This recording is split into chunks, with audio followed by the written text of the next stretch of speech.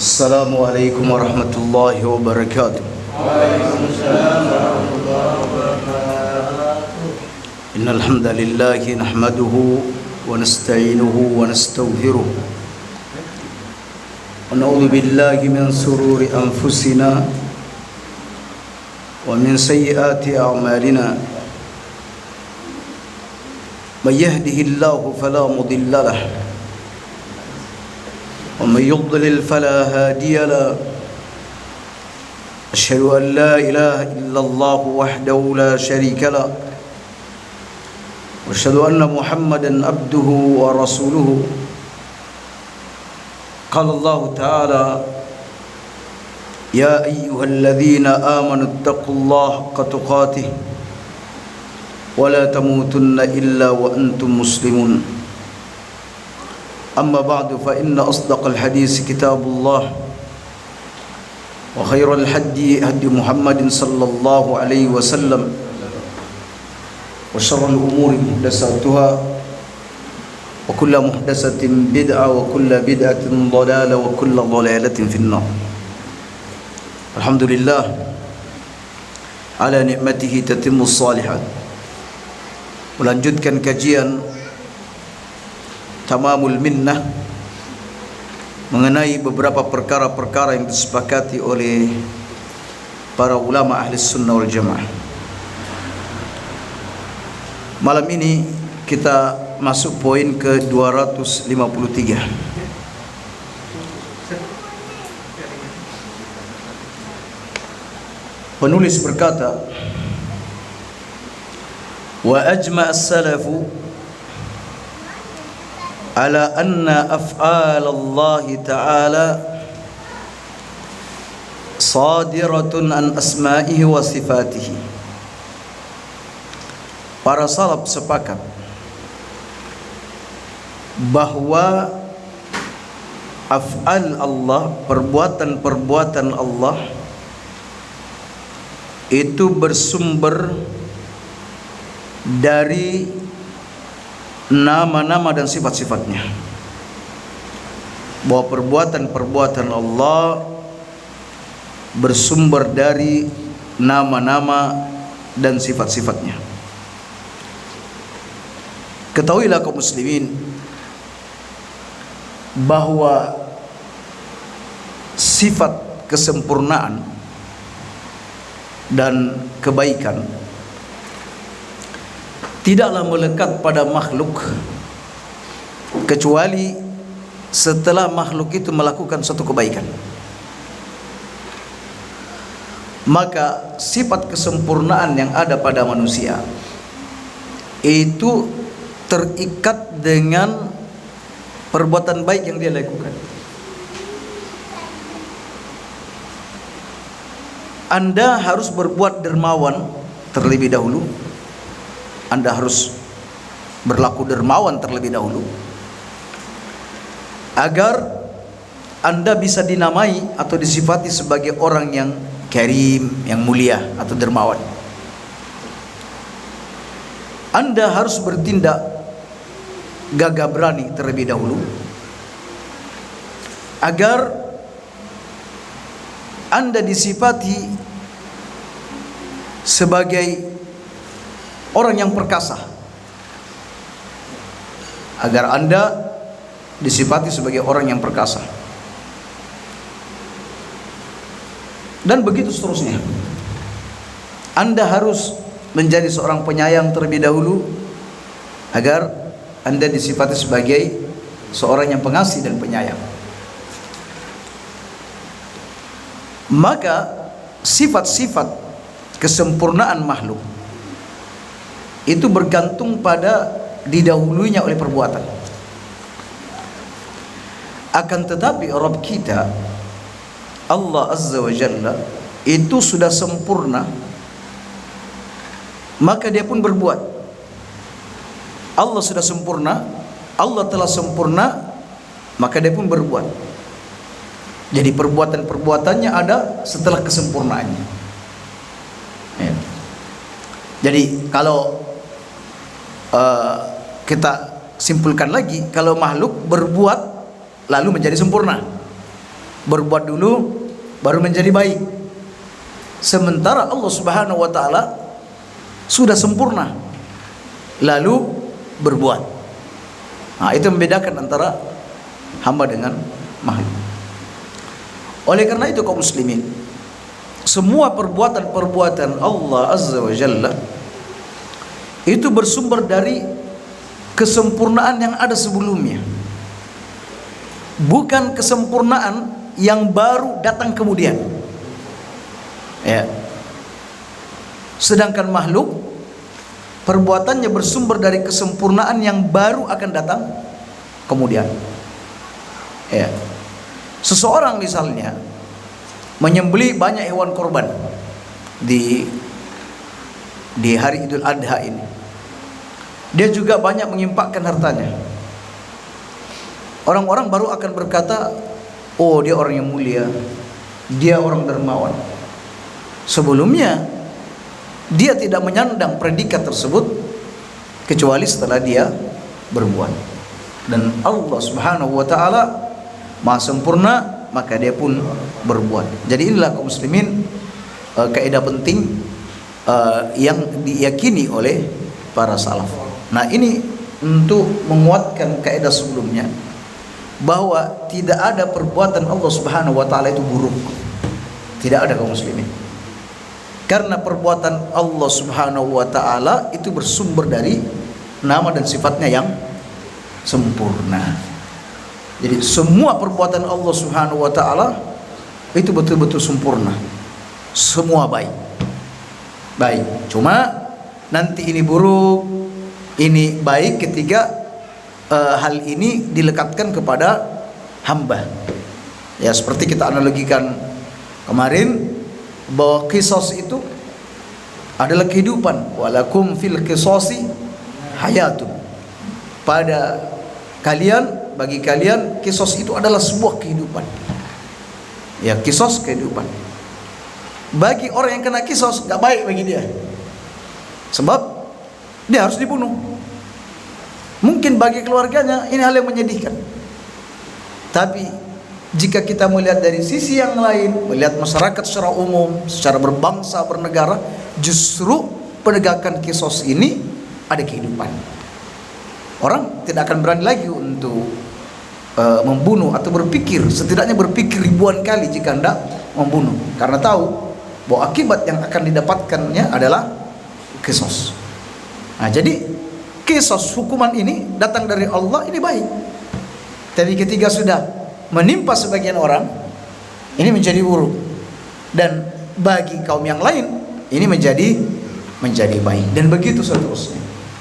Jadi perbuatan Allah Subhanahu wa taala ini datang dari kesempurnaan nama-nama dan sifatnya. Itu kaidah yang ke-253. Baik. Kemudian 254. Wa ajma'u ala annahu laysa fi af'alihi abathun. Ulama sepakat bahwa perbuatan Allah Subhanahu wa taala tidak ada yang sia-sia. Wala jawrun, tidak ada penyimpangan. Wala safahun, tidak ada kebodohan. Wala zulmun biwajh minal wujuh, maupun tidak ada kezaliman dari sisi manapun. Ya, jadi perbuatan Allah Subhanahu wa taala tidak ada yang sia-sia. Tidak ada penyimpangan, tidak ada kebodohan, tidak ada kezaliman dari sisi manapun. Jadi kaum muslimin, kalimat ini atau kaidah ini menegaskan bahwa segala sesuatu yang terjadi di alam semesta ini atas kehendak Allah Subhanahu wa taala. Dan itu pasti memiliki alasan yang kuat dan yang hikmah mendalam, meskipun terkadang akal manusia terbatas untuk memahaminya. Ya. Mengapa kita sholat? Mengapa kita harus berkorban? Jadi setiap tahun kita disyariatkan untuk berkorban. Kenapa? Ya, kenapa? Ada apa? Apakah ini tidak mengurangi angka popularitas hewan-hewan sapi, kambing jika tiap tahun disembelih? Bayangkan, sudah di pernikahan ya juga disembelih, akikah juga disembelih, ya. Terus belum lagi para tukang sate dan lain, tukang bakso juga ngabisi daging di Idul Adha puncaknya. Ya. Tentu di balik sana kaum muslimin ada hikmah. Ada hikmah yang Allah Subhanahu wa taala letakkan di sana. Jadi satu, tidak ada kesia-siaan dalam perbuatan Allah Subhanahu wa taala. Abath adalah perbuatan yang tidak memiliki hikmah maupun manfaat. Itu dalam bahasa Arab. Abath, sia-sia. Enggak ada hikmahnya, enggak ada manfaatnya. Allah Subhanahu wa taala Maha suci dari hal tersebut. Setiap perbuatan Allah Subhanahu wa taala memiliki tujuan dan hikmah yang mendalam, baik akal kita mampu menjangkaunya maupun tidak. Allah ciptakan ini ada sapi untuk disembelih, ada babi yang haram dimakan, ya. Ini ada sehat, ini ada sakit, ini ada miskin, ada kaya. Allah menciptakan itu semua kaum muslimin. Dan semua itu ada hikmah di balik penciptaan Allah Subhanahu wa taala. Oleh karena itu Allah berfirman, "Afhasibtum annama khalaqnakum abatha." Apakah kamu mengira bahwa kami menciptakan kalian ini hanya main-main saja, sia-sia saja? Wa annakum ilaina la turja'un, bahwa kalian tidak akan dikembalikan kepada kami? Ya, ini pertanyaan yang menohok. Karena ada sebagian orang menyangka dirinya hadir di dunia ini hidup, ya, hidup, makan, mati, selesai. Nah, kaum muslimin, ada orang yang mungkin tidak berkeyakinan seperti itu, tetapi perbuatannya menunjukkan bahwa seolah-olah hidupnya di dunia sia-sia saja. Dia merasa tidak akan dikembalikan kepada Allah Subhanahu wa taala. Padahal kaum muslimin, semua kita ini akan dikembalikan kepada Allah. Bahkan hewan-hewan pun juga akan dibangkitkan dan dihadapkan di hadapan Allah Subhanahu wa taala. Sampai nanti hewan bertanduk, hewan tidak bertanduk menuntut balas dari hewan bertanduk. Ketika mereka sudah saling menuntut balas, Allah mengatakan, "Jadilah kalian debu," maka semua hewan-hewan ini menjadi debu. Ketika melihat itu, orang-orang kafir berkata, "Ya laitani kuntu turaba." Aduhai, alangkah baiknya aku juga setelah itu menjadi tanah, menjadi debu. Tetapi tidak, manusia akan bertanggungjawabkan semua kezaliman yang dia perbuat. Kemudian kaum muslimin, tidak ada penyimpangan dan tidak ada kezaliman. Zalim itu kaum muslimin menempatkan sesuatu bukan pada tempatnya, atau bertindak atas milik orang lain tanpa izin. Sedangkan Allah Subhanahu wa taala pemilik untuk semua ada yang ada di alam raya ini. Maka apapun yang Allah perbuat pada hambanya tidak bisa dikatakan zalim. Kami pernah beri analogi. Ada orang beli ayam dua ayam, 2 ekor ayam, atau 2 ekor kambing lah, 2 ekor kambing. Satunya digemukkan, satunya di Idul Adha disembelih. Ya, satu disembelih, satu dibiarkan hidup. Ya, mungkin orang akan berkata, oh ini zalim. Dan tidak akan ada orang berkata, baik, tidak akan ada orang berkata saya zalim. Loh, kok yang ini disembelih, yang ini tidak disembelih? Misalnya, ini ayam beli 2, satu disembelih, satu dibiarkan gemuk hidup. Adakah orang mengatakan kepada saya itu zalim? Tidak ada, karena orang semua tahu itu ayam saya beli dengan uang saya. Ya, jadi nggak ada zalimnya. Jadi zalim itu memanfaatkan milik orang lain, ya, yang bukan milik dia. Itu namanya zalim. Dan Allah Subhanahu wa taala pemilik segala sesuatu yang ada di alam raya ini. Jadi apapun yang Allah perbuat tidak zalim.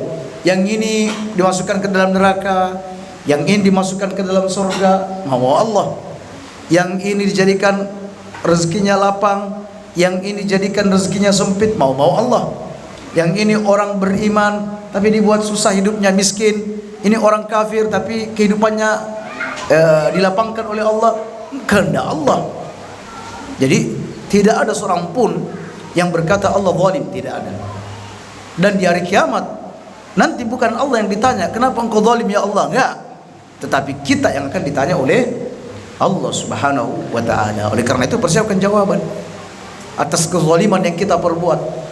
Ya, siapkan jawaban. Baik kaum muslimin, Allah Subhanahu wa taala berfirman, "Wala yadhlimu rabbuka ahadan," dan Tuhanmu tidak menzalimi seorang pun. Oleh karena itu jika ada di mana antum ada yang bermain, yang berbisik, saya kok sudah seperti ini, kok begini, apa enggak zalim tak kalau seperti ini, saya dizalimi kalau seperti ini, jangan pernah berpikir seperti itu kaum muslimin, karena Allah tidak akan pernah zalim kepada hambanya. Kemudian tidak ada kebodohan. Safah adalah kedangkalan akal atau tindakan dengan mengelola sesuatu dengan buruk, itu namanya safah. Allah Ta'ala maha bijaksana lagi maha mengetahui, yang menempatkan segala urusan pada tempat yang tepat. Kemudian diwajhin minal wujuh, dengan cara apapun, yakni ini adalah penegasan atas penyucian mutlak Allah dalam setiap perbuatannya, dalam bentuk apapun. Tidak ada pengecualian bagi kaidah bahwa Allah itu suci dari segala kekurangan. Jadi kesimpulannya kaum muslimin dari kaidah ini, bahwa Allah Ta'ala memiliki kebebasan mutlak dalam bertindak atas miliknya, dan seluruh perbuatannya berlandaskan pada hikmah, keadilan, rahmat, bukan atas dasar hawa nafsu maupun kezaliman. Jadi Allah bebas, ya, Allah memiliki kebebasan mutlak dalam bertindak atas makhluknya. Dan perlu diingat bahwa Allah Subhanahu wa taala di semua perbuatannya itu berlandaskan pada hikmah, keadilan, rahmat, bukan hawa nafsu maupun kezaliman. Demikian kaum muslimin untuk kaidah yang ke-254. Kemudian kaidah yang terakhir, wa ajma' as-salafu ala anna asma' Allah Ta'ala la awwala laha. Para salaf sepakat bahwa nama-nama Allah tidak memiliki awal, tidak ada permulaannya. Wa yu'abbiru ba'duhum anna bi annaha qadimatun. Sebagian ulama ada yang mengungkapkannya dengan istilah qadimah, terdahulu tanpa awal. Falaisa ba'da khalqil bariyah istifada ismal khaliq. Dia tidaklah baru mendapatkan nama al-khaliq. Al-khaliq itu maha pencipta, setelah menciptakan makhluk. Jadi Allah tidak dapat nama al-khaliq setelah dia menciptakan makhluk. Wala bi ihdasil bariyah istifada ismal bari. Juga Allah Subhanahu wa taala tidak mendapatkan nama Al-Bari karena mewujudkan makhluk. Jadi bal huwal khaliq qabla wujudil khalqi. Allah itu adalah Al-Khaliq sebelum adanya penciptaan. Al-Ghafur qabla wujudiz dzambi. Allah itu Maha Pengampun sebelum adanya dosa-dosa hamba. Ar-Rahim qabla wujudil marhum. Allah itu Maha Penyayang sebelum ada yang disayangi, dan begitu seterusnya. Ya, jadi makna yang sedang kita bahas ini kaum muslimin, bahwa Allah itu telah bernama Al-Khaliq dan Al-Bari itu sejak zaman dulu, sejak azali. Nama-nama ini senantiasa menjadi bagian dari nama-nama yang indah. Dialah sang pencipta dan pengada, yaitu yang mewujudkan dan menciptakan makhluknya. Dia senantiasa bersifat dengan sifat-sifatnya dan memiliki asmaul husna sejak dahulu kala tanpa awal. Karena dia subhanahu wa ta'ala kuasa untuk berbuat, dan karena dia adalah melakukan apa yang dikehendaki serta mampu bertindak kapan saja. Nah, ini kenapa kita bahas ini kaum muslimin? Karena ahli bid'ah itu punya anggapan berbeda, ya.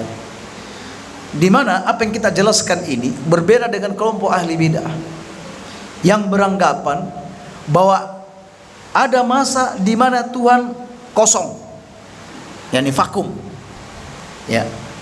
Ada masa di mana Tuhan kosong atau vakum dari berbicara. Allah vakum dari bertindak. Mereka mengklaim bahwa berbicara dan bertindak awalnya adalah sesuatu yang mustahil bagi Tuhan. Berbicara atau Allah berbuat itu pada awalnya mustahil bagi Allah, lalu tiba-tiba berubah menjadi mungkin. Faktanya, kata ahli bidah, Tuhan Allah Ta'ala senantiasa dan akan selalu bersifat dengan sifat-sifatnya. Ya, jadi itu klaim ahli bidah.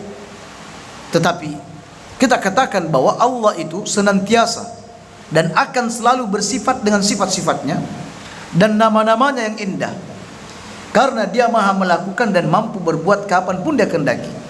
Perbuatan baginya adalah mungkin setiap saat. Ya, jadi perbuatan al-fi'l adalah sifat bagi Allah, sedang hasil perbuatan adalah makhluk yang terpisah darinya. Baik,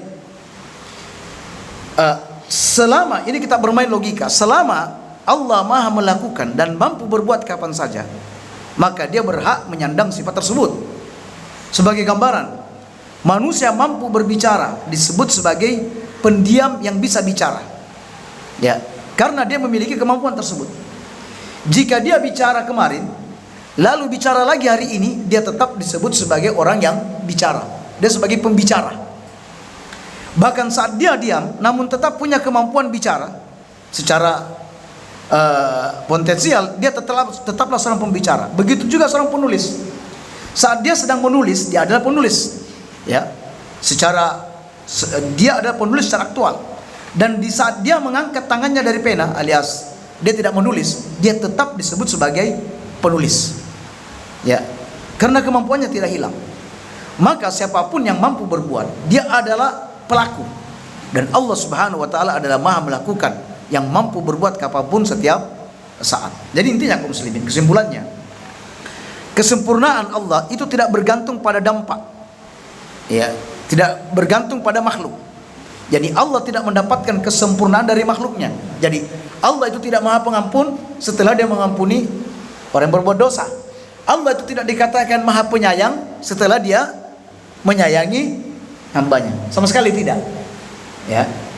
Jadi nama dan sifat Allah itu telah tetap baginya sejak azali, karena dia maha kuasa dan maha berbuat dulu, sekarang, dan selamanya, ya. Jadi itu yang harus diingat. Berbeda dengan ahlul bid'ah yang tidak memiliki prinsip seperti ini. Jadi mereka mengatakan bahwa sebelumnya Allah tidak ngomong, lalu kemudian Allah berbicara. Sebelumnya Allah tidak begini, lalu seperti ini.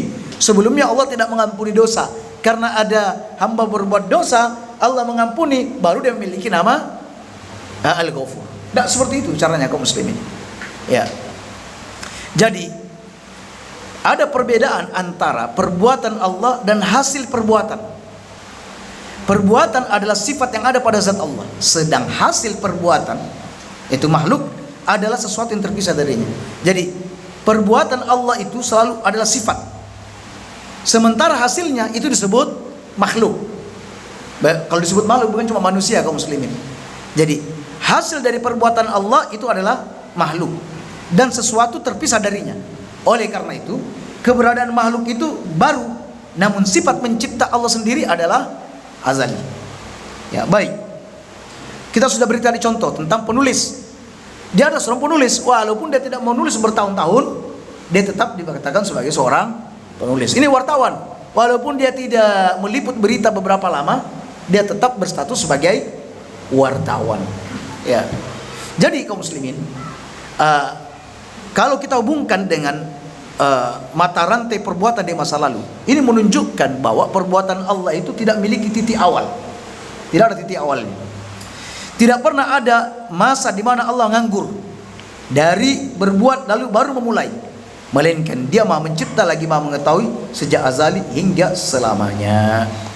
Jadi ini menutup celah bagi mereka yang menyerupakan Sang Pencipta dengan makhluk, atau mereka yang menadakan sifat-sifat kesempurnaan Allah Subhanahu wa taala. Jadi kita ulangi lagi kaum muslimin, kaidah 255 biar jelas bahwa para salaf sepakat bahwa nama-nama Allah itu tidak memiliki awal.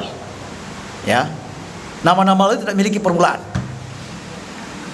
Atau sebagian ulama bilang qadimah, terdahulu tanpa awal. Allah itu tidak baru mendapat predikat Al-Khaliq setelah Dia mencipta makhluk. Allah itu tidak disebut Al-Bari setelah Dia mewujudkan keberadaan makhluk. Jadi Allah Subhanahu wa taala itu memang sudah sifatnya Al-Khaliq sejak dulu. Ya, tanpa harus dimulai dengan mencipta terlebih dahulu. Begitu juga Allah itu Al-Ghafur sebelum Dia mengampuni dosa.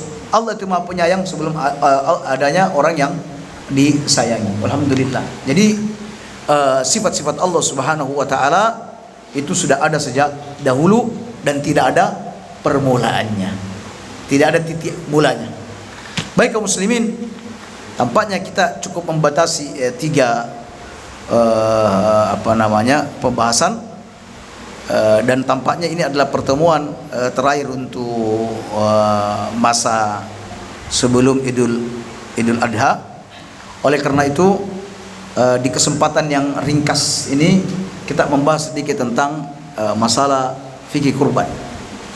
Kaum muslimin, sebagaimana yang antum ketahui bahwa tidak ada amal yang terbaik yang dilakukan oleh seorang hamba yang dimana amal itu kaitannya dengan siang. Maka amal yang paling istimewa, yang paling dicintai oleh Allah adalah di 10 awal Zulhijjah. Ya, tidak ada amal terbaik yang dilakukan oleh hamba di sepanjang tahun di siang hari.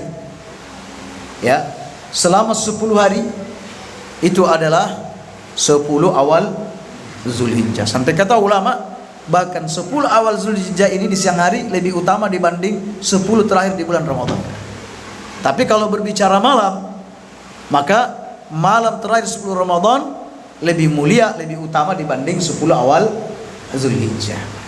Baik, kaum muslimin, jika amal-amal di 10 awal Zulhijjah itu adalah amalan-amalan istimewa, amalan dicintai oleh Allah Subhanahu wa taala, maka perbanyaklah melakukan amal-amal kebaikan di hari-hari tersebut. Dan di antara amal kebaikan yang kita harapkan pahalanya, dan ini termasuk bagian daripada pengagungan terhadap syiar-syiar Allah, maka amalan tersebut disebut dengan berkorban. Oleh karena itu kaum muslimin, jika Allah memberikan kelapangan harta untuk antum, maka berkorbanlah. Karena Nabi kita sallallahu alaihi wasallam rutin berkorban. Begitu juga para sahabat-sahabat Nabi sallallahu alaihi wasallam, dan kebiasaan ini terus diikuti oleh generasi ke generasi. Kaum muslimin, berkorban ini sebagian ulama bilang wajib. Bahkan mereka mengangkat satu hadis bahwa man wajadalahu sa'atun, siapa yang punya kelonggaran lalu dia tidak berkorban, maka jangan sekali-kali dia mendekati musola kami, tempat sholat kami. Ya. Namun kaum muslimin, hadis ini pendapat yang raji tidaklah sahih. Ini mauquf. Dan yang raji bahwa berkorban itu hukumnya adalah sunnah, sunnah muakkadah. Ini pendapat mayoritas ulama. Di antara dalil yang menunjukkan bahwa itu sunnah, bahwa Nabi bersabda, idza dakhalatil asru, kalau sudah masuk 10 awal Zulhijjah, dan riwayat yang lain kalian sudah melihat hilal Zulhijjah, wa arada ahadum minkum, dan salah seorang di antara kalian mau, ingin, hendak berkorban, maka dia jangan mengambil rambut, alias jangan memotong rambutnya dan jangan memotong kukunya sampai nanti selesai dia berkorban. Baik kaum muslimin. Yang kedua, dari asar yang sahih bahwa Abu Bakar Umar pernah tidak berkorban. Disebutkan alasannya karena khawatir orang-orang menganggap bahwa berkorban itu adalah wajib. Oleh karena itu beliau tidak berkorban. Bahkan ada ungkapan dari Abdullah bin Umar secara tegas mengatakan bahwa berkorban itu sunnatun ma'rufun. Dia adalah sunnah dan sebuah kebaikan. Nah, jadi hukumnya berkorban itu adalah sunnah bagi yang punya kelapangan harta. Baik. Kalau yang nggak punya kelapangan, maksakan diri berkorban, ya api juga bagus. Bagaimana kalau minjam? Minjam. Ya, kalau Anda punya cadangan untuk membayar, ya, dan pinjaman tersebut sesuai dengan waktu yang disepakati, maka tidak mengapa.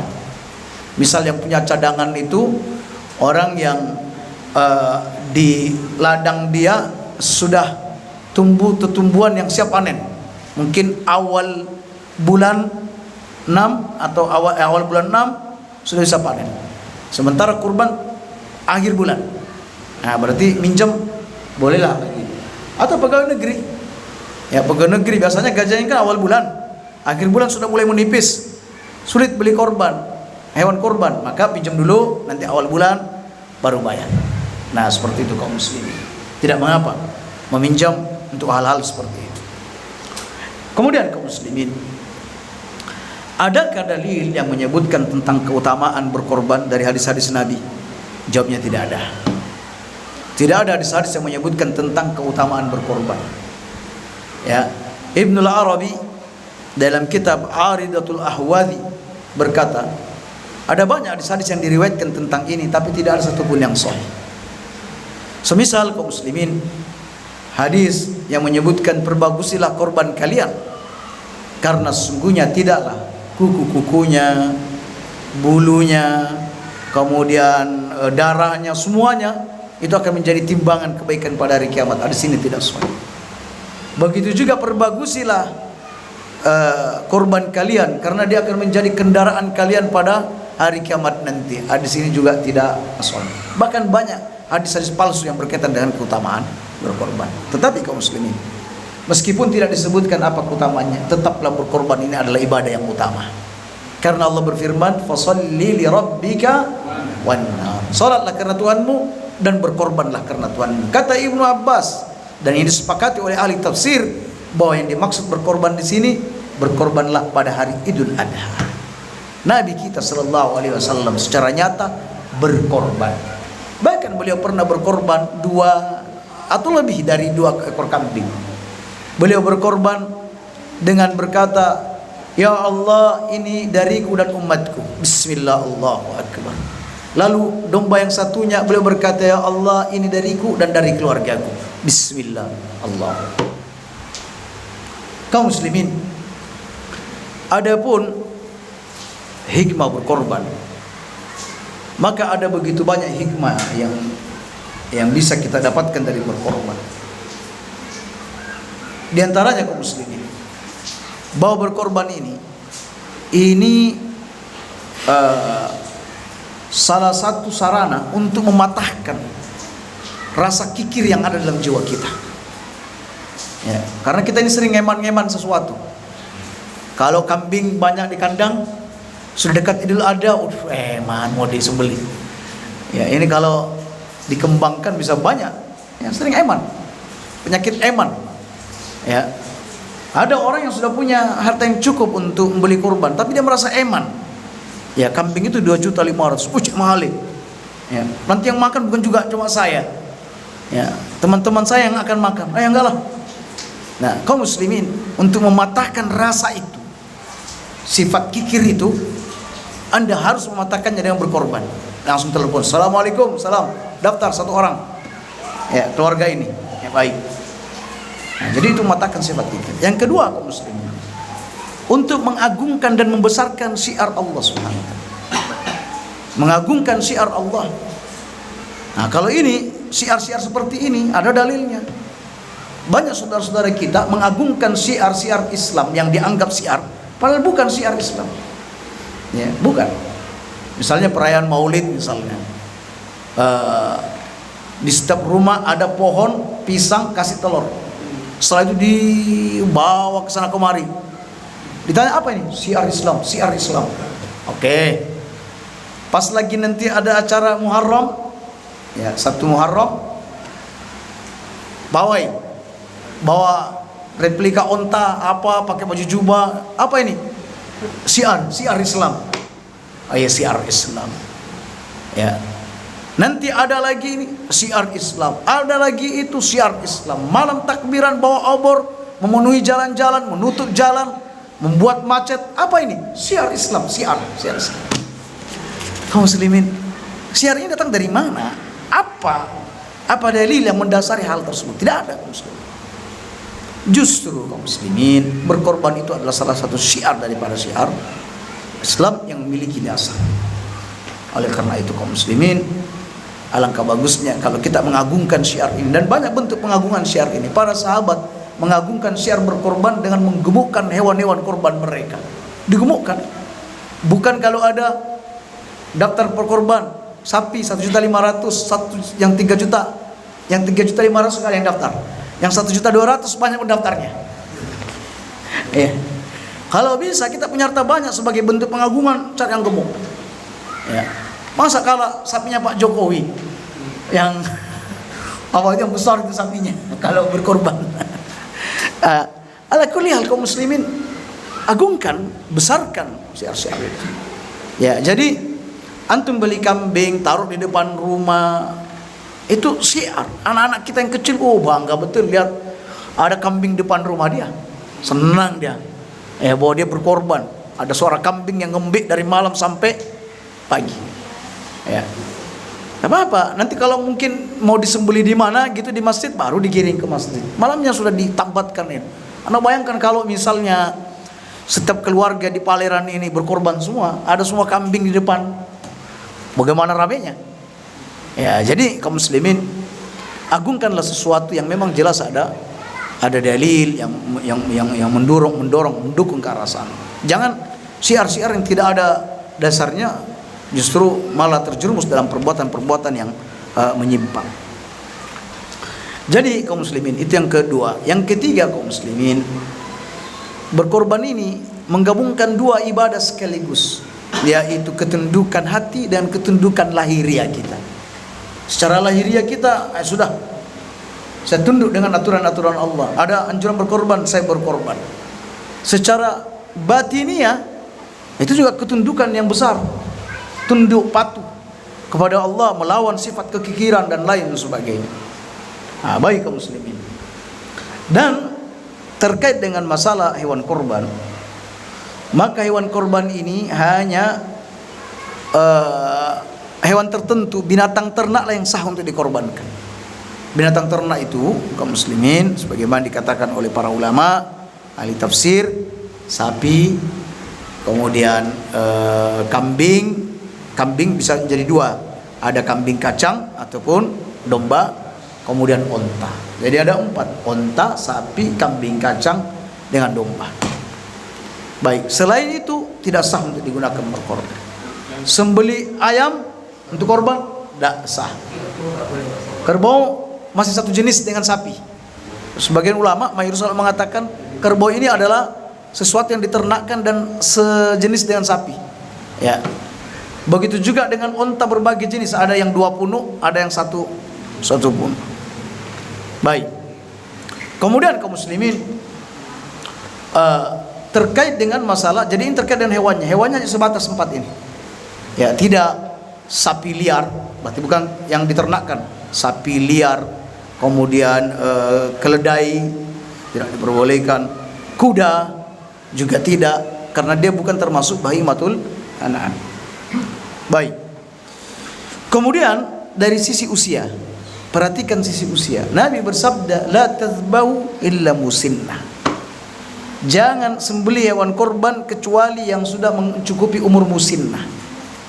Musinnah itu berbeda-beda untuk di setiap hewan. Kalau unta umur 5 tahun, ya masuk tahun ke-6. Kalau sapi umur 2 tahun. Sementara kalau kambing atau domba 1 tahun. Ada yang mengatakan 2 tahun, 1 tahun. Itu pendapat yang rajih, 1 tahun. Ya, jangan kurang daripada itu.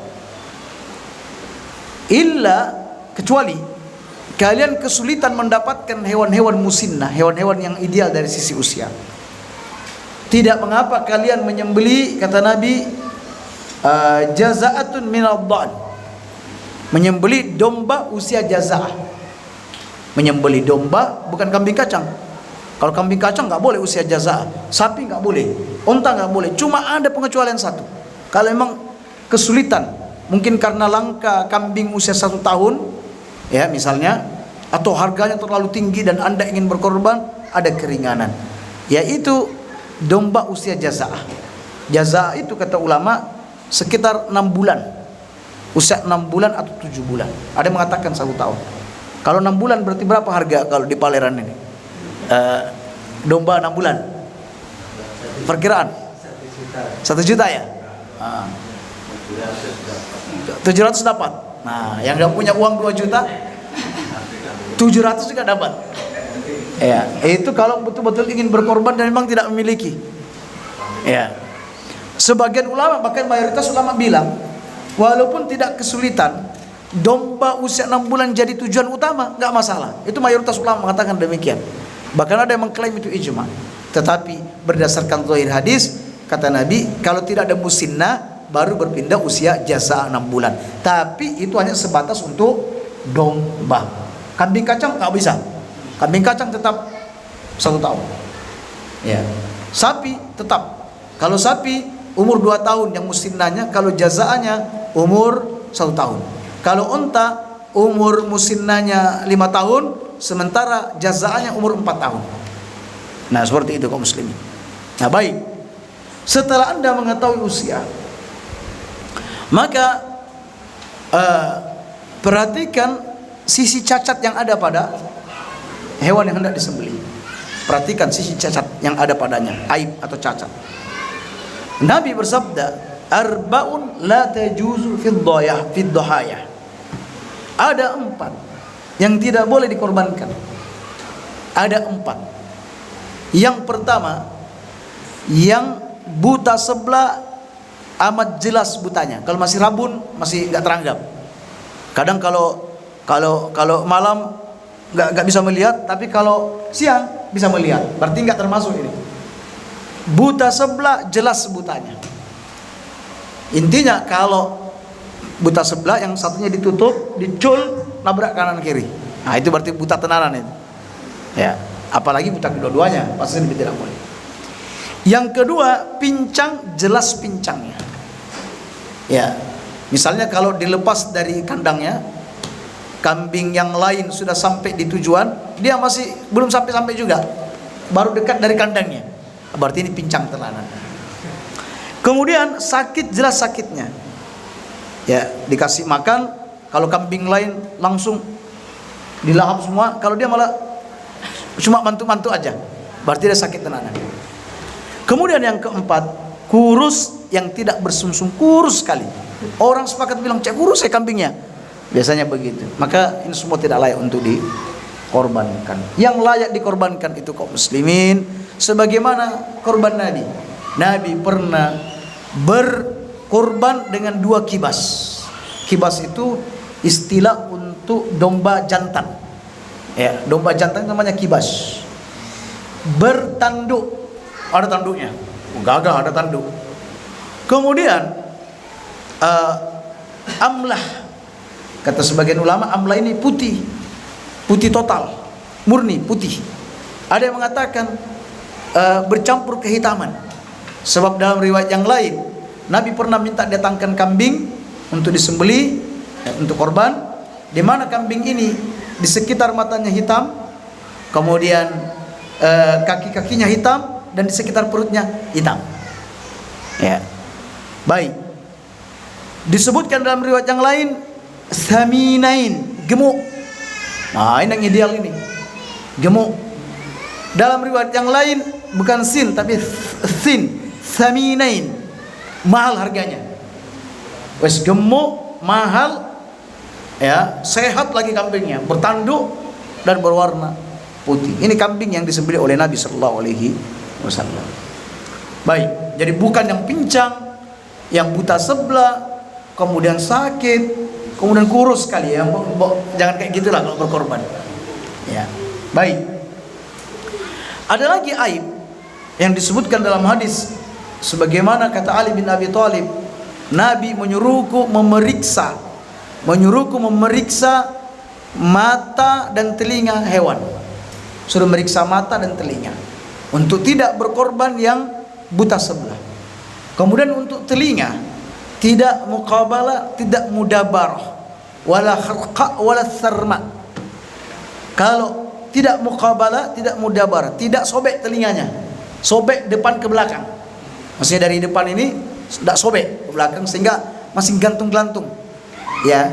Tapi nggak putus, nggak boleh begitu. Atau mudabarah, sobek dari belakang ke depan, ya, nggak boleh. Atau dia koyak atas ke bawah, sobek atas ke bawah. Atau ada bolongan di hidungnya, bolongan yang bundar di telinganya, ya. Kemudian sarma, ndak ompong, nggak tanggal giginya, ya. Baik kaum muslimin. Terkait dengan hadis ini, ulama berbeda pendapat. Apakah hadis ini sahih atau tidak? Pendapat yang rajih, hadis ini tidak sahih. Ya, hadis ini tidak sahih. Seandainya pun sahih, maka hadis yang menyebutkan cuma 4 itu yang menjadi pegangan. Berarti yang ini cuma makruh, sebaiknya tidak.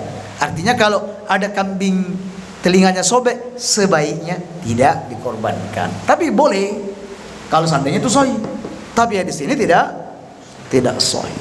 Jadi taruhlah ini telinga sobek melintang, sobek membujur, vertikal atau horizontal atau apalah, sobeknya ada bolongannya, itu nggak dikorbankan.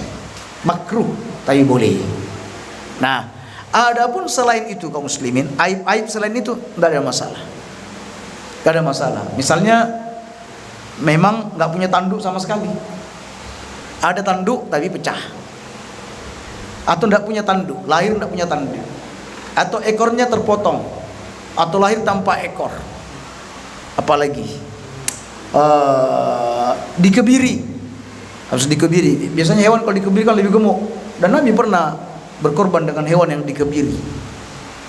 Terus apalagi dia punya gatal, bersin-bersin, terus hidungnya ada masalah dan lain sebagainya. Maka insya Allah ini tidak ada sama sekali pengaruh dari hewan korban kita. Nah, jadi perhatikan aja 4 itu, buta sebelah apa tidak, sakitnya nyata apa tidak, kemudian pincang apa tidak, atau kurus apa tidak. Kalau Anda sudah memperhatikan ini dan sudah membeli, sudah akad siap terima, saya terima, ya saya jual. Oke, Anda bawa, pas diturunkan salah turun, kesleo. Nah, ini gimana ini? Apakah dia harus menggantikan dengan korban lainnya atau tidak? Jawabnya tidak. Tidak perlu. Karena memang pada asalnya dia sudah mencari yang baik. Karena ini di luar dari kekuasaan dia. Baik. terkait dengan persekutuan kaum muslimin, persekutuan, perkongsian hanya boleh untuk unta dan sapi. Satu sapi boleh bersekutu 7 orang atau kurang dari itu. Adapun lebih dari itu 8, 9 tidak terangkan. Ya, karena sapi ini senilai dengan 7 ekor kambing. Lah kalau 8 terus yang 8-nya ini apa bagian dia? Tidak ada. Baik. Adapun kurang enggak ada masalah. Semakin berkurang, semakin sedikit, semakin baik. Bahkan jika cuma satu sapi, satu pemilik, maka itu lebih utama lagi.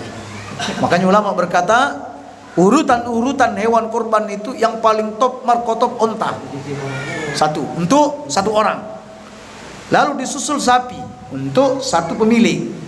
Setelah itu kambing untuk satu pemilik. Hal ini dasarkan pada hadis tentang hari Jumat, orang yang datang lebih awal dia seolah bersedekah atau berkorban dengan seekor onta. Baik.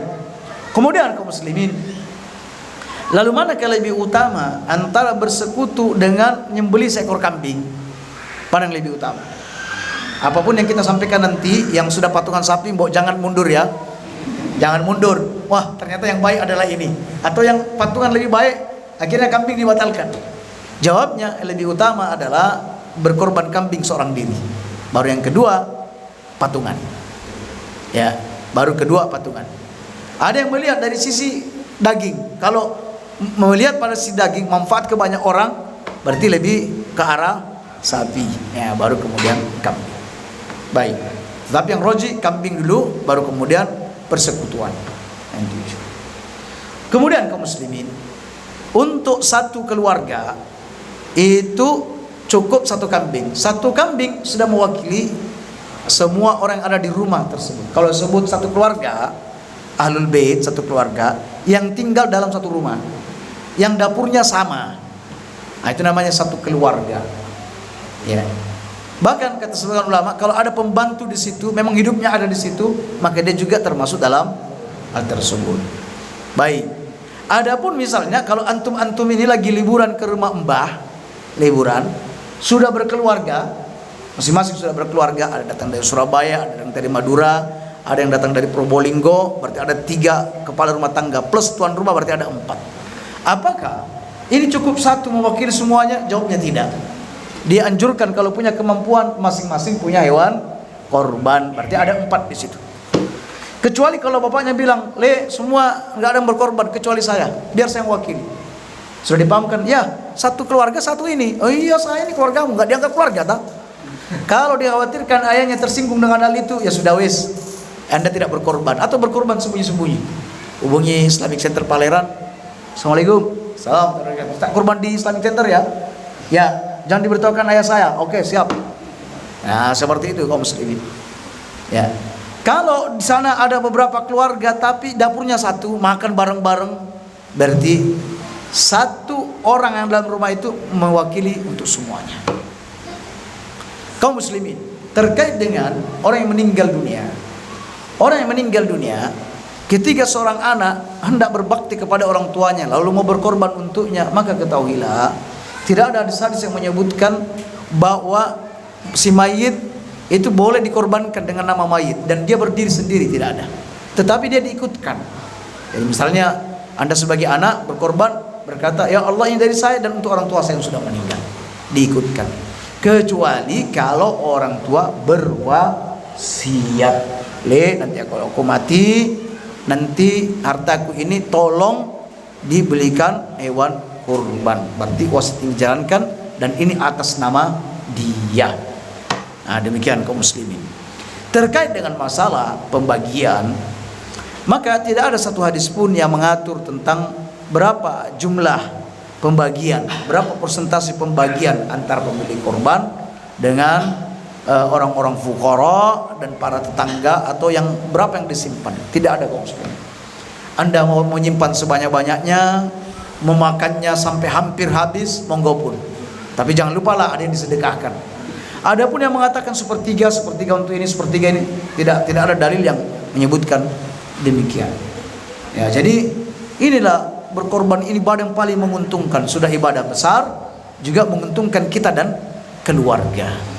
Ya, jadi Anda tidak mengapa misalnya satu kambing utuh Anda miliki, Anda bakar-bakar, undang tetangga, orang fukara dan lain sebagainya, pesta tidak apa-apa. Atau misalnya Anda nyembeli sapi buat reuni keluarga, kan lebih mantap reuni keluarga, karena ada sapinya. Tapi biasanya reuni di Idul Fitri ya, bukan di Idul Adha. Ya, kami lihat di negeri-negeri Arab justru kumpul mereka itu rame-rame kalau di Idul Adha. Ya, karena 99 mereka ya untuk mereka dan keluarga. Nah, seperti itu. Jadi tidak ada keharusan kaum muslimin. Ada korban taruh di masjid, ada hewan korban taruh di pondok, ada hewan korban taruh. Enggak ada keharusan seperti itu. Ya, sembelih sendiri, taruh di rumah antum sendiri. Ya. Kecuali kalau memang antum bukan seorang pemberani, penakut, ya lain lagi cerita, serahkan aja korbannya. Tapi semua dilihat dari sisi maslahat. Mungkin kalau saya berikan ke yayasan-yayasan ini, lembaga ini, pondok ini, mungkin bisa lebih maksimal pemanfaatannya. Itu selalu pertimbangannya seperti itu. Ya, kalau untuk sendiri, sudah sering lah. Jadi biar disembelih di sana aja. Saya nanti, apalagi sekarang panitia-panitia itu memang menyediakan khusus juga untuk pengkorban. Disediakan berapa kilo lah atau berapa kresek untuk pengkorban. Nah, demikian kaum muslimin. Jadi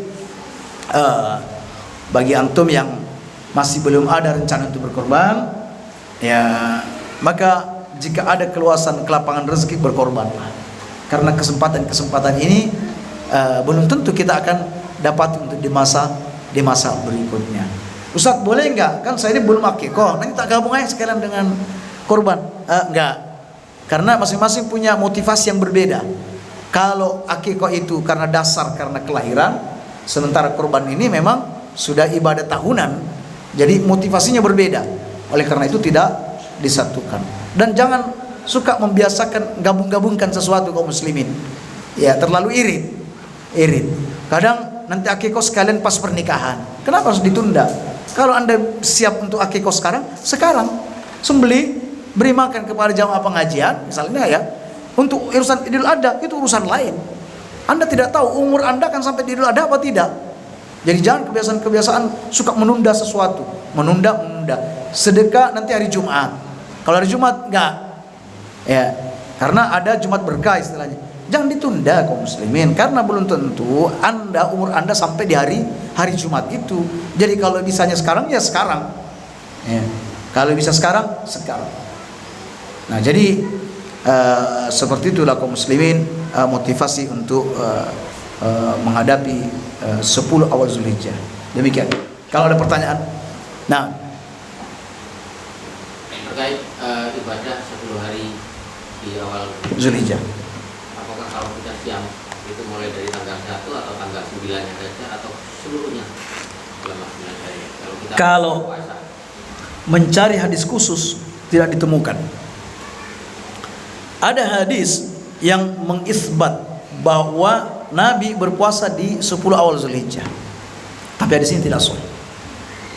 Ada riwayat Muslim, riwayat Aisyah. Kata Aisyah, Nabi tidak pernah berpuasa sama sekali di 10 awal Zulhijjah. Ini adalah penafikan. Aisyah menafikan. Ada yang mengatakan boleh jadi Aisyah tidak tahu, sementara istri yang lain tahu. Ini sulit untuk dikatakan demikian, karena Nabi menggilir istrinya satu hari, bukan 10 hari tinggal di rumah Hafsah, kemudian nanti 10 hari di rumahnya Aisyah, 10 hari di rumahnya Sofia. Enggak begitu. Kalau begitu model pembagiannya, mungkin yang menceritakan bahwa Nabi puasa full itu karena pas kebetulan dia berpuasa di situ. Sementara di rumah Aisyah, Nabi nggak pernah puasa di rumah Aisyah. Akhirnya Aisyah bercerita seperti apa yang dia lihat. Semisal kata Aisyah, siapa yang berkata bahwa Nabi pernah kencing berdiri, bohong dia. Nggak benar, dia bohong. Kalau mengatakan Nabi pernah kencing berdiri. Namun dalam riwayat Muslim kata sahabat, saya pernah berjalan bersama Nabi singgah di tempat pembuangan sampah satu kaum, lalu Nabi menyuruh aku mendekat untuk menghalangi beliau mau kencing, dan beliau kencing berdiri sebagaimana kalian kencing berdiri. Loh, terus enggak bertentangan tak? Enggak bertentangan. Aisyah bercerita seperti apa yang ada dia lihat di rumah. Karena Aisyah kan tidak selalu menemani Nabi. Enggak menemani Nabi pada peperangan. Jadi ini Aisyah bercerita tentang di rumah. Ya. Berarti tidak ada pertentangan. Nah, jadi adapun hadis yang ini dengan yang ini, yang satu mengatakan tidak pernah meninggalkan, tapi Aisyah berkata nggak pernah puasa belas sama sekali. Ini adalah kontradiktif. Ya, kontradiktif. Artinya kalau Anda mencari dalil khusus tidak ketemu. Tetapi tidak bertemu dalil khusus bukan berarti tidak disyariatkan sama sekali, karena di sana masih ada dalil-dalil yang bersifat umum. Semisal sabda Nabi, tidak ada mamin ayyamin, tidak ada hari-hari al-amalus salih, amal-amal soleh dikerjakan pada hari-hari tersebut yang lebih dicintai oleh Allah dibandingkan 10 awal Zulhijjah. Pertanyaannya, apakah puasa termasuk dari amal soleh atau tidak? Amal soleh. Dan amal puasa ini bisa dikerjakan setiap hari. Puasa bisa dikerjakan setiap hari. Ya. Adapun siapa namanya? Sahabat Abdullah bin Amr itu dia berkata, saya akan berpuasa sepanjang tahun. Sepanjang tahun. Bukan hanya momen-momen tertentu, enggak, sepanjang tahun dia mau berpuasa. Lalu Nabi menunjukkan sesuatu yang lebih baik bagi dia. Wes puasa 3 hari dalam sebulan. Ya Rasulullah, ini ringan bagi saya. Ya wes, puasa 2 hari puasa sehari pray, 2 hari puasa sehari pray. Katanya Rasulullah, masih ringan bagi saya. Ya sudah wes, sehari puasa sehari tidak, sehari puasa itu sudah yang terbaik. Itu sudah terbaik. Nah, sahabat Abdullah ini ketika tuanya dia mulai ada sedikit penyesalan. Kenapa dulu tidak menerima keringanan dari Nabi sallallahu alaihi wasallam? Wes, tapi sudah kadung janji. Dia untuk tidak melanggar janji beliau. Maka ketika sudah semakin tua, sistem puasa Daudnya sudah berubah. Jadi sistem puasa Daudnya dia akan menghitung berapa hari dia tidak berpuasa, maka dia akan ganti dengan berpuasa. Misalnya 1 pekan dia tidak berpuasa, nanti puasa sekaligus 1 pekan. Begitu model beliau ketika sudah mulai tua. Ya, jadi tidak mengapa berpuasa di setiap hari, karena berpuasa ini bagian dari amal soleh, dan tidak ada larangan seseorang berpuasa setiap harinya, tidak ada larangan. Yang penting yang haram berpuasa itu adalah di hari-hari tasyrik atau hari Idul Adha dan Idul Fitri. Selain itu terserah jika orang ada yang mau berpuasa. Ya. Ketika kita katakan puasa Daud adalah terbaik, bukan berarti selain itu tidak baik. Nah, istilahnya puasa Daud adalah yang terbaik, bukan berarti yang lain tidak boleh kalau dilakukan secara betul-betul. Demikian. Nah, jadi boleh saja secara umum, karena Nabi mengatakan tidak ada amal soleh yang dikerjakan pada hari itu melainkan dicintai oleh Allah Subhanahu wa taala, dan puasa adalah bagian daripada amal soleh. Nah, soal berikutnya, sudah masuk Isya apa belum ini? Sudah masuk ya. Baik. Kalau puasa Arafah pas hari Jumat saja. Kalau puasa Arafah jatuh di hari Jumat, ya upayakan berpuasa sebelumnya lah, atau berpuasa setelahnya. Nabi SAW pernah melihat istrinya yang sedang berpuasa pada hari Jumat. Nabi bertanya, apakah kau berpuasa sebelumnya hari Kamis? Karena tidak. Apakah engkau akan berpuasa di hari Sabtu? Nah, jadi kalau bisa diiringi. Ya, jadi diiringi Jumat itu berpuasa sebelumnya atau berpuasa setelahnya. Nah,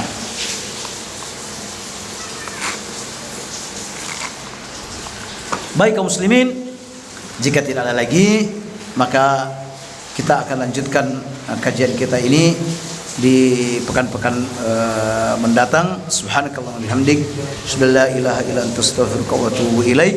Assalamualaikum warahmatullahi wabarakatuh.